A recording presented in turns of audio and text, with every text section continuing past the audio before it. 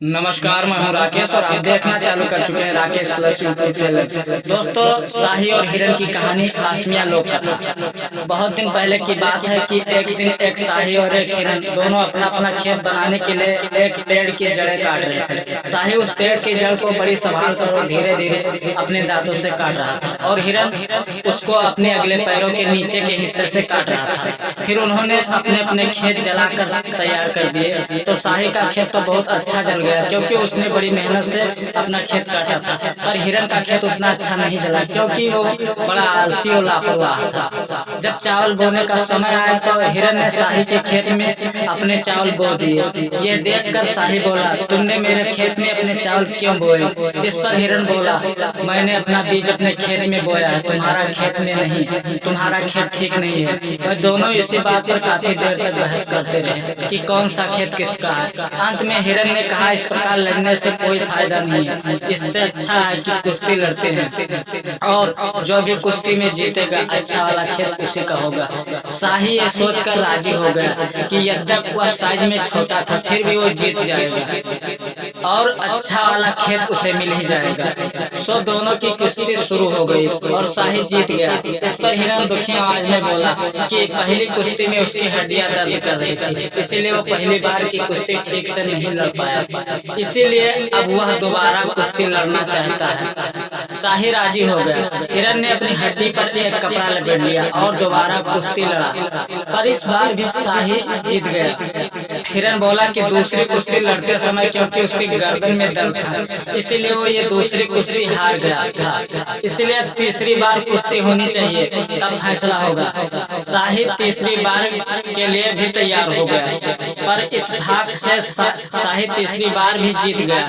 ये देखकर हिरन को थोड़ा दुख तो हुआ, पर वो अभी भी हार मानने के लिए तैयार नहीं था। सो उसने एक और सलाह दी। वो बोला, ऐसा करते हैं कि अब की बार हम अपने अपने दोस्तों को बुला लेते हैं और फिर लड़ाई लड़े और फिर जो जीते अच्छा वाला खेत उसका। शाही इस पर भी राजी हो गया। हिरन ने तो अपने सारे दोस्तों को बुला लिया पर शाही का कोई दोस्त न था। इस प्रकार हिरन की तरफ तो बहुत सारे जानवर थे मगर शाही की तरफ कोई भी नहीं था। सो उसने किसी तरह मधुमक्खियों को अपनी तरफ कर लिया।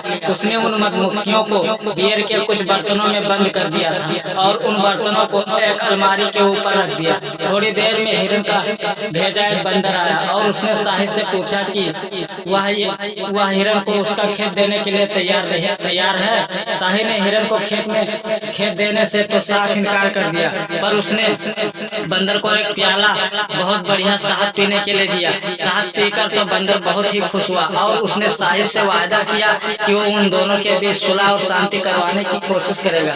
बंदर शहद पीकर वापस चला गया और हिरन को अपनी शाही से मुलाकात की कहानी सुनाई। यह कहानी सुनकर हिरन ने तुरंत ही अपना एक और दूत शाही के पास भेजा, इस संदेश के साथ कि वो आखिरी बार उससे पूछ रहा है कि शाही अपना खेत छोड़ने के लिए राजी था कि नहीं। इस बार शाही ने सारे जानवरों को अपने आप से लड़ने की चुनौती दी, पर उसने साथ में ये भी कहा कि वो सारे जानवरों को अपने आप से लड़ने से पहले अपने घर में बियर पिलाएगा। सारे जानवर ये सुनकर बहुत खुश हुए और उसके घर में बियर पीने आए। तो उसने सबको अपने घर में अंदर बुलाया और जब वह सब अंदर आ गए तो उसने घर का दरवाजा बंद कर दिया। फिर वो बंदर से बोला, तुम सबसे पहले हिरन के दूत बनकर आए थे, इसीलिए सबसे पहले मैं बियर तुम्हें ही दूंगा। जाओ और जाकर बियर का एक बर्तन खोलो और उसमें अपना सिर डालकर उसमें से बियर की पहली खुशबू सूंघो, कहीं ऐसा न हो कि वो निकल जाए। ऐसा कहकर वो खुद अलमारी के ऊपर चढ़ गया। बंदर ने खुशी खुशी बियर का एक बर्तन खोला और बियर सूंघने के लिए उसमें अपना सिर डाला ही था कि उसमें से बहुत सारी मधुमक्खियां निकल पड़ी।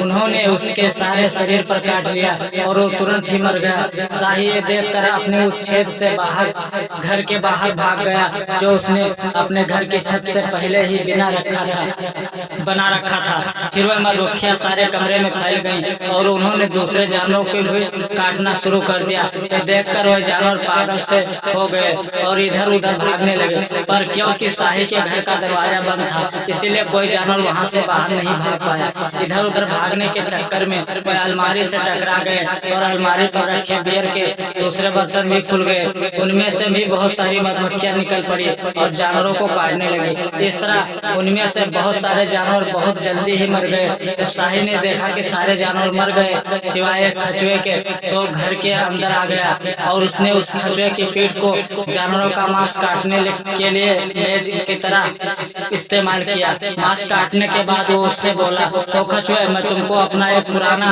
वाला काटा दूंगा और फिर तुम्हें अपने घर ले जाना। शाही ने कछुए को अपना एक पुराना काटा दिया। शाही ने उसे अपने बालों में रख लिया और अपने घर चला गया। जब वो अपने घर चला गया तो चला जा रहा था तो एक चीते और एक भालू के घर के पास उसने एक पेड़ के खोखले तने से एक आवाज निकली। उस आवाज को सुनकर चीते की पत्नी और भालू की पत्नी अपने अपने घरों से बाहर आ गई। चीते की पत्नी और भालू की पत्नी कछुए से पूछा, कछुए भाई हमारे पति कहाँ है, वो तुम्हारे साथ क्यों नहीं आए? कछुआ बोला, वह सब मर गए, यहाँ तक कि शाही भी मर गया, मैं अकेला ही बचा हूँ। देखो निशानी के तौर पर मैं शाही का एक कांटा भी लाया हूँ। पर चीते और भालू दोनों की पत्नियों को उस पर विश्वास ही नहीं हुआ कि शाही मर सकता है।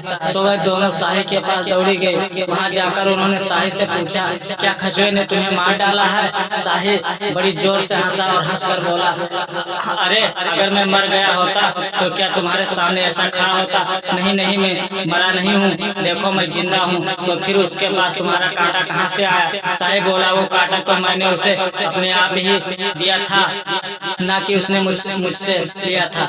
उसको वो अपने बालों में लगाकर ले गया और उसके पीठ पर रखकर तो मैंने मांस काटा था। अगर तुम लोग ठीक से देखोगे तो तुम्हें उसके पीठ पर मेरे मांस काटने के निशान भी दिखाई दे जाएंगे। चीते की पत्नी और भालू की पत्नी दोनों तुरंत ही अपने घर वापस आई और उन्होंने कछुए की पीठ देखी तो सचमुच ही उस पीठ पर जानवरों के मांस काटने के निशान थे। और दोनों कछुए से नाराज हुई और बोली, तुमने हमको धोखा दिया है, और ये कहकर उसको पकड़कर एक पेड़ में रख दिया। इससे कछुए को बड़ा दर्द हुआ और बोला, मुझे यहाँ बड़ा दर्द हो रहा है, तुम मेरी पूंछ पर जोर से मारो और जब मेरा सिर बाहर आ जाए तो तुम मुझे खा जाना ताकि मैं मर जाऊं। चीते की पत्नी और भालू की पत्नी ने ऐसा ही किया। इस तरह कछुआ तो मर गया और आज तक कछुए की पीठ पर शाही के मांस काटने के निशान पाए जाते हैं। Thanks for watching. उम्मीद करता हूँ कि ये वीडियो आप लोगों को अच्छी लगी होगी। अगर अच्छी लगी हो वीडियो तो एक लाइक जरूर कर देना।